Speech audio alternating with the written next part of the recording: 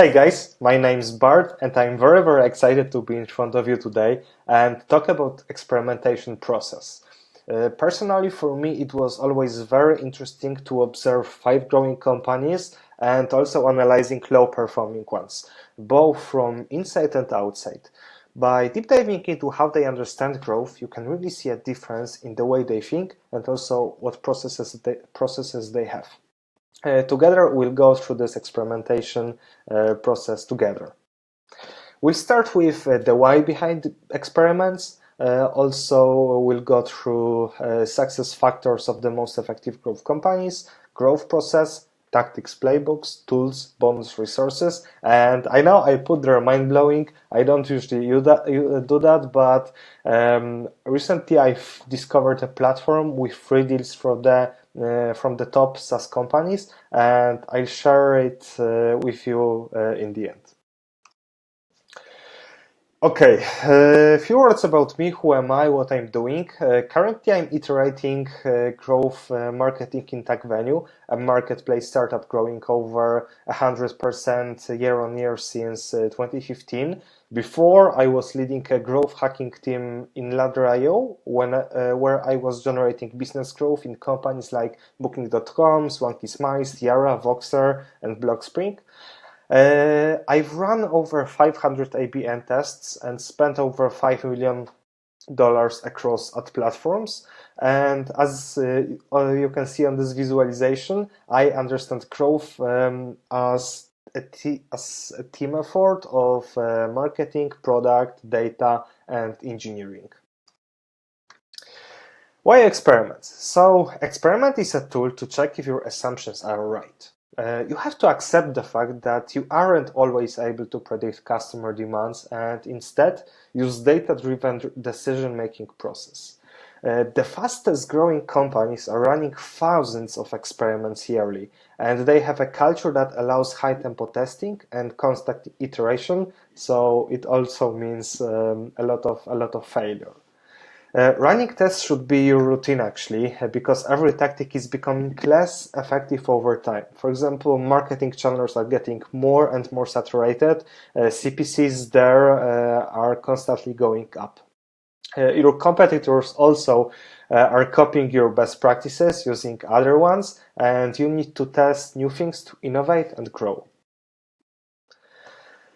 Everyone is approaching experimentations differently, and while working with more than 30 companies running growth processes, I saw extremely exceptional results, but also very poor ones. And there are a few things successful at experimentations have in common. The first thing is culture of A/B testing. What it means is that everyone knows about this process in the company and contribute to this process actively. They have regular education, there's no HIPPO, so highest paid person opinion that's determining where company is heading. There's clear communication, and usually people working there don't have big egos. They have a strategic experimentation framework or guideline set up. They understand growth is a long-term strategy and tactics needs to support it. They've got very deep understanding of the market, the problems they solve, and also their customers' pains and desires. They are also actively looking at for new growth opportunities and challenging the status quo. They accept the risk of experimentation, knowing that most of the tests are unsuccessful. They are not afraid of fail, and they are using this unsuccessful test actually as learnings. They also move very fast, like lean startup, working in 1 or 2 week sprints, implementing tests fast, learning fast, and using automations to be even faster. They are very flexible to change as they learn, so after getting new insights, new data, they are not afraid to modify the plan. They also very often work in cross-functional teams. They know that growth is teamwork, especially effective with people with different perspectives and backgrounds. On the next slides, we'll focus on a framework and on a growth process. So, framework. Framework is a problem-solving tool that accelerates and improves the process of also getting insights, end results. For us, it will be helpful to upgrade the process from tactical to strategic experimentation. In tactical experimentation, as we can see, experiments are unconnected to others. They are so-called growth hacks. They are based on heuristics, best practices, or from just copying from your competitor. In strategic experimentation, on the other hand, where we want to go, where we want to move, experiments are connected to the process, and the process is iterative. There's a defined goal and strategy for achieving it by exploring solutions through the testing and defined hypotheses. Growth process. Growth process should be simple and understandable for everyone in your company. It's kind of general, but it's very logical, and it's a scientific process based on 6 steps. The first step is to generate ideas. The second one is to organize and set priorities. After that, we execute tests, we analyze them, optimize, and iterate. And iteration, we should do as often as we can. Usually, actually, almost all the time, the strategy and how we approach experimentation come from assessment of the data we have right now. But every test gives us this learning, and every research we do with our customers also is kind of insight that should allow us to continuously upgrade this process, because the more data we have, the more we can test, and the more business growth we have. Experimentation framework is based on few different levels. On the top level, we have a goal. So we should start with setting up this goal, and this goal should be smart. So, for example, add an additional 10 million profit by the end of the financial year. KPIs are a level lower, and we should define which main KPIs, so which metrics, are affecting this goal. We should here select the most impactful ones that are, so in this case, order conversion rate is affecting profit. Audiences. So the next step is to ask which user groups have the biggest influence on which KPI. You have to identify the attributes of certain groups of users. So, for example, interested in specific product categories, device types, age, or location. Then we should use data to validate the size and value of these audiences to select the most relevant to our goal and our KPIs. The next one are areas, and in areas it's all about understanding the full funnel behavior and our customers' journeys. And it's not about on-site only, but also offline, because customers are making this decision even before they enter our website. And we should focus on areas where we can make the biggest impact. Levers. Levers are kind of motivations and barriers. So the reason why people convert, but also why they don't convert. We can identify them by qualitative research that actually we'll be discussing on the next slide. We should test a lot of different levers. By time, we'll identify that the most impactful ones are like 2 or 3 of them. Experiments. Why we do experiments, we've already discussed, but let's talk about this again. We execute them to validate a hypothesis by a set of changes to specific areas for an audience. So basically that's it. You may ask why we have some of these blocks highlighted, because we are not really able to do everything at once, and by setting focus, we are able to start with focusing on the most impactful things first. Actually, this framework I will link in bonus resources, so you can create your own in like 30 minutes or 1 hour to start mapping out your current state. Okay, how to find these ideas for your experiment backlog?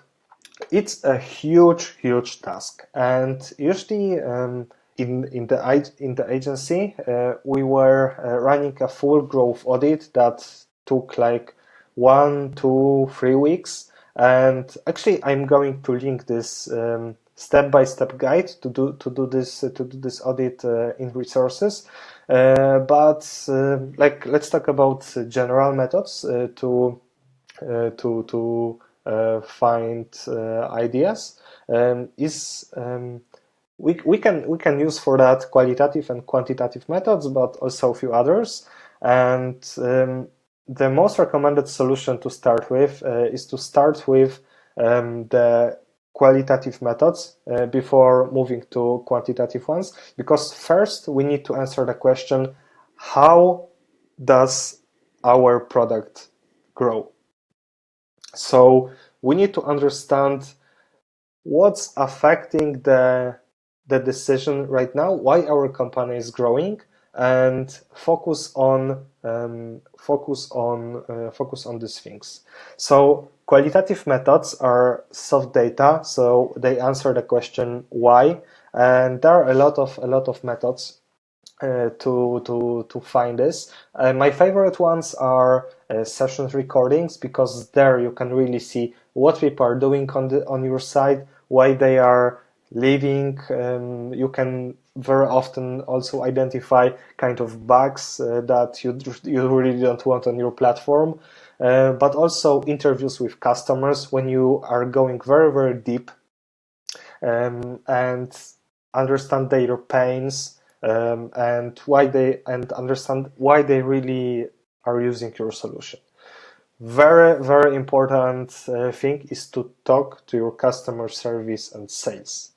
Usually 50% of the best ideas are coming from customer facing people, and they are people who are spending like 8 hours talking to your customers, and your customers are telling them about the issues they have with your product. They're communicating them, okay, I'm not actually going to use you, I prefer your competitor because, and all of these insights are basically information that you can right now put into your growth backlog.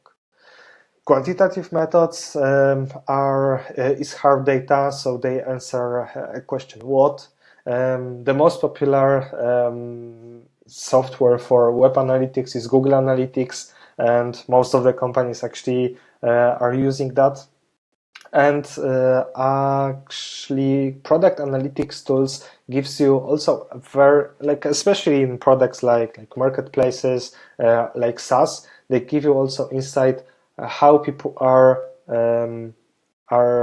behaving after being activated on your product. And there in this product analytics tools you can find insights to influence your retention also, and the bottom part of the funnel.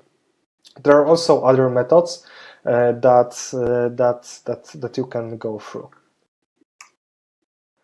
Okay, so what can we also experiment with? It's not about on-site A/B tests only, but you can experiment with the whole business model, with your customer journeys, and internal operations. All of these things can be optimized, they can be improved, and give you increased business metrics that you want to optimize. So on just channels, so one of the parts of business model canvas, you can find 19 channels at least, and just in social ads you can test different platforms, audiences, creatives, copy, formats, frequency, harmonogram, bids, campaign structures, types, goals, automation scripts to implement, timing, attribution models, and the list is much, much longer. So whenever your marketing team tell you, oh, actually, we've already tested everything what we could. Just tell them, have you tested this or this or this? And these things are you can go very, very deep into this testing. When you are fresh to experimentation, the best would be to focus on this upper of this top part of the funnel. So usually this acquisition and activation part, it will give you the quickest and the highest results. But there are also like a lot of other things to test, and you have to keep in mind that everything is contextual. So you need to decide, go basically through all of this stuff, and then decide what actually makes sense for you.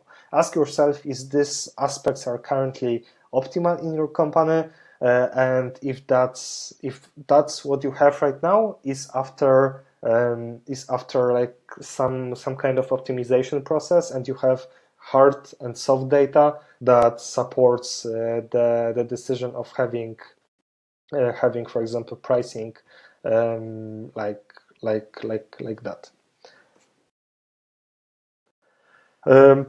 Tactic playbooks as inspiration.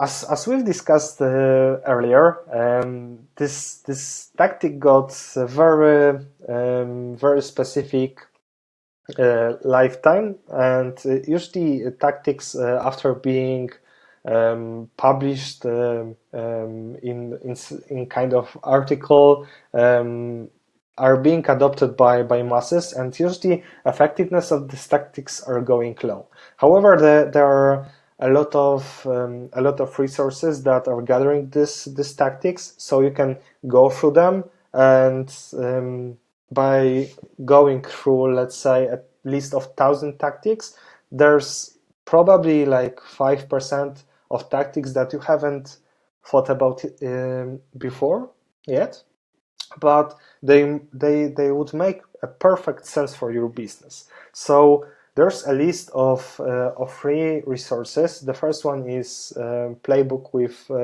tactics for every funnel stage. The second one is about good about leaks from the best, from basically platforms doing A/B tests, like also Booking.com, Airbnb, Netflix. And the links below are links to the best, the most well-known people in growth hacking that are running their own websites, and they have also a lot of content that you can go through and think if you can implement this kind of stuff in your company, or just add it to backlog.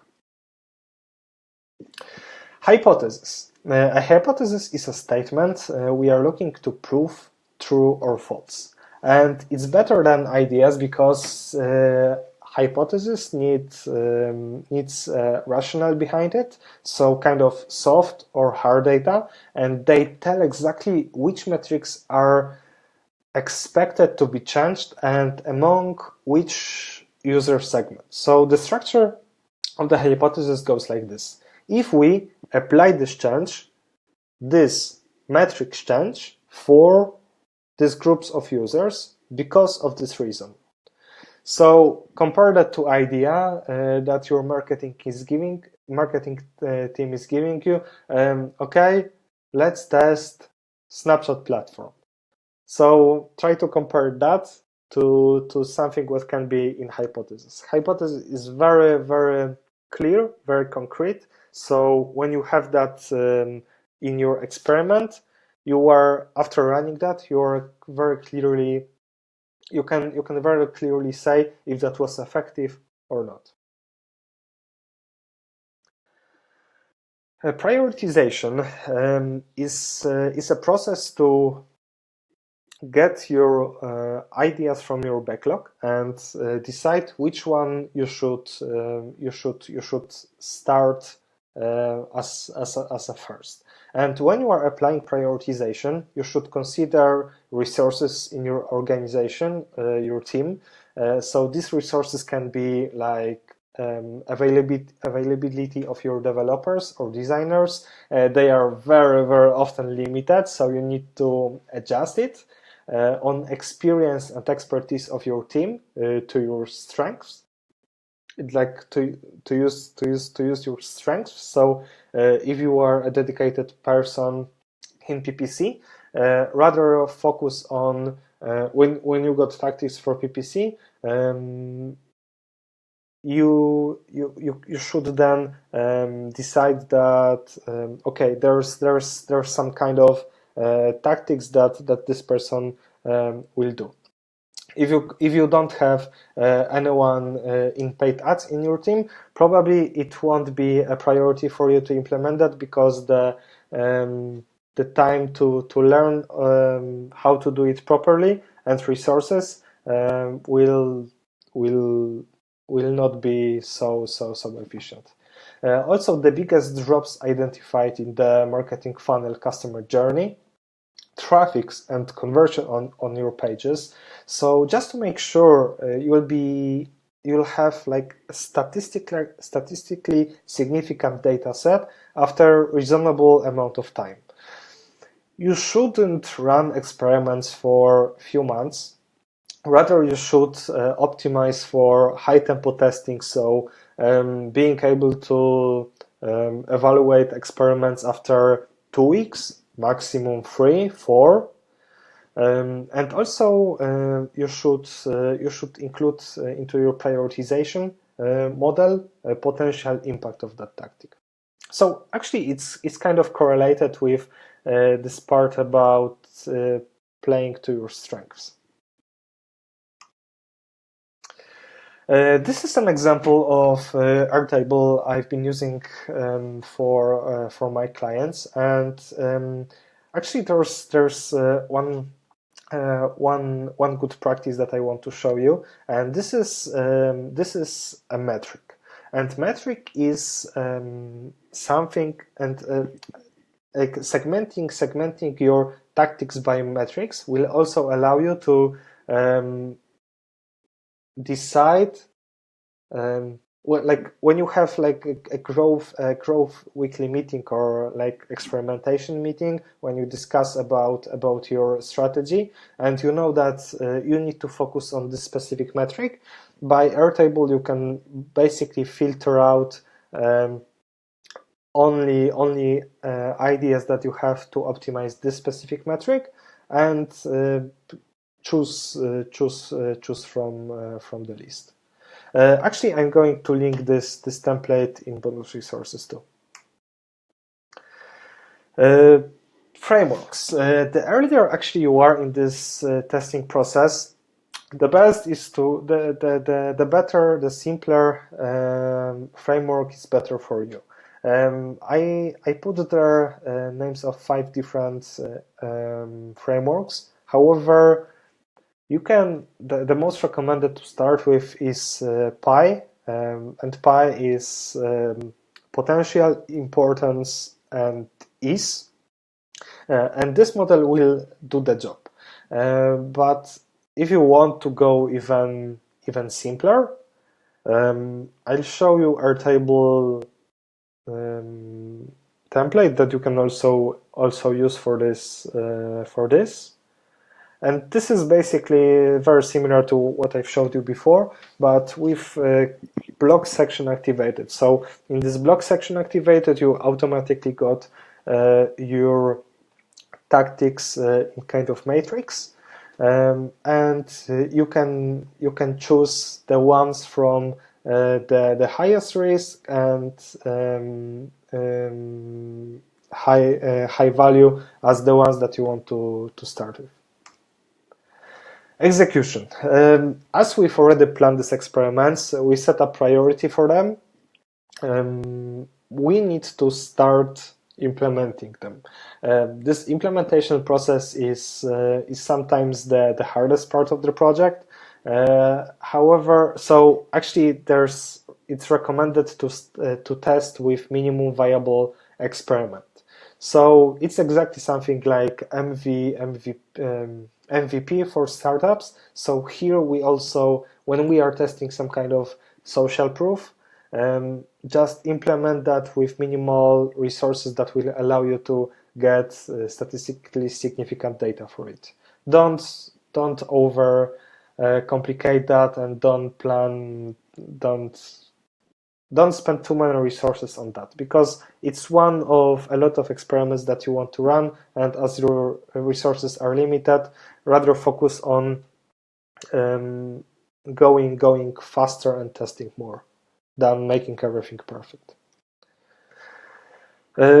Results and analyzing them. There are no lost experiments. Results of experiments can be wins or learnings. In Booking.com actually is experimenting since actually for around 15 years, and right now 9 out of 10 of their experiments are unsuccessful, but they are keep testing and doing that a lot. And we should also, when we want to invest into these experimentations, we should be aware that this is a situation that will be very common for us. So treat this unsuccessful test as learnings and try to understand why it happened. So at the end of every experiment, just ask few basic questions. Was this experiment successful? If so, why? If not, why not? What have we actually learned by this experiment, and what we can do differently next time? And these results and learnings of the previous experiments will guide the next cycle of testing. So after this, you're coming back also to your experiment backlog, adding these learnings there, and sometimes you also learn something totally new, and you come up with an idea for a totally new experiment. One tip from me: very often actually experiments are inconclusive, so there's no significant change in the results after a given time. But if this is an experiment that you came up with after user testing, and you know that this is kind of improvement for user experience, you can make a decision of keeping the version with this better UX that you validated qualitatively with your users. Documentation. Documentation should be very simple, and you shouldn't overcomplicate that. You can use actually exactly the same sheet and tool that you use for your experiment backlog, but just make sure that you've got key insights like hypothesis, results, and takeaways. The best would be also to have a link to like more detailed documentation, like one-page summary, like the one from the book Lean Running. I'm going to link this template in bonus resources, but it's also not really necessary. Interesting fact is that Stuart Frisbee, who was head of design at Booking.com, told that they don't run documentation and they don't have any kind of Bible of knowledge of their experiment results. When a new person comes to the company, they got access to all data they have. However, and actually, they sometimes do retesting of the test that failed in the past, but because of the timing or different way of the implementation, these experiments are successful. But anyway, I recommend to run it in the simple version and automate the process of gathering data, where you can, for example, store information about like connect your data sources with your reporting tool and just add like qualitative like insights and next steps. Very important thing, ending that topic, is to communicate results and insights to the organization the best by using visual storytelling, because that's also the point of this process, that everyone should be informed what we are working on, what's not working, what's working, and why. Tools. This is one of the last topics today, and tools are the best friends of the growth marketer and other person doing experimentation. With tools, we are able to make the whole experimentation process much faster and easier. We don't have to create our own solutions for like marketing automation, email marketing automation, A/B testing, pop-ups, referral programs, analysis, because we can just go and by buying subscription of like $20-50, we can have the best tool on the market that will allow us to do everything. There's this quite well-known marketing technology landscape, Martech 5000, but showing actually what kind of marketing tools are available on the market. However, this version for 2019 got more than 7,000 tools. So the competitiveness here is very high. There are tools basically for everything, and you don't need to involve your developers into even the process of A/B testing, because you can use even Google Optimize and inject their code from JS code from other tool, and by 10 minutes job, you can set up your own experiments by yourself, and you don't really need any technical knowledge. There's actually a spreadsheet created by, I think, StudyHack.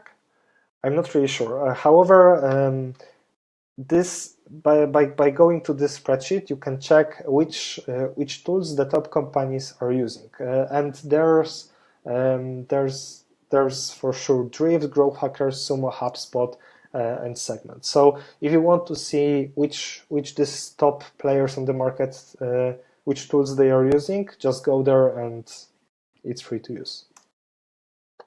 Bonus resources, as promised, are the first thing is A/B calculator. So A/B calculator is a tool that will allow you to do pre-test analysis, but also analysis of your results from the test. This one from Conversion XL is my favorite one, and I'm using that all the time. The second resource is Growth Experiment template from Airtable. It's free to use, so you can try it out. The third resource is quite complex product development and growth template, but in this Coda tool it's also free to use, but in this tool you can have literally the whole growth, the whole process running. So I strongly recommend to check it out, because for two of my clients I'm using that, and it's very powerful. The next tool is North Star. Right now it's called Experiments, I believe, and it's tool by growthhackers.com, so by Sean Ellis. And it's a tool also to manage all your growth marketing process, experimentation process, and give it a try, because recently they've upgraded that a lot, and it got a lot of useful functions to run the process. Also, we were talking about a conversion experimentation framework. So there's also a link. Experiment Canvas, so this one-page report that you can use for your documentation, and also the expert's guide to a growth audit, so step-by-step guide how to make a very deep growth audit that gives you a lot of insights and ideas to put into your experiment backlog. The last mind-blowing resource is a tool that, as I said, I discovered just recently, and it's joinsecret.com, and it's a product. It's a platform that you cannot just enter. You need to fill the form, and they accept you or not.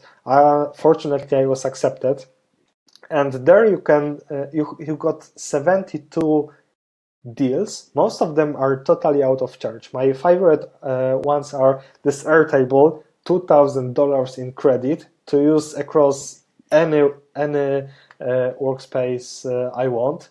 Zendesk, Sentinel, SendGrid, Hotjar, 6 months free, Freshworks, $2,000 in credits, and all other tools that you can see there, and basically on platform. Like, I've already used 5 or 6 deals, and this is extremely cool when it comes to like testing totally new approaches and channels, and it totally removes this barrier to start experimenting, for example, with marketing automation, because here you can get deal from Sentinel, and for a whole year use their platform for free. So guys, thank you very much. I hope at least part of this information was useful for you. If you have any question, just approach me by email or by LinkedIn. You can also get my presentation by going on this link. And I'm Growth Mentor. So thank you very much for invitation for this summit. I'm running my consultation on growthmentor.com. So if you'd like to discuss anything or just go through your experimentation process to talk about what you can optimize, just go there and schedule a session. Okay, guys. Thank you very much, and happy experimenting. Bye bye.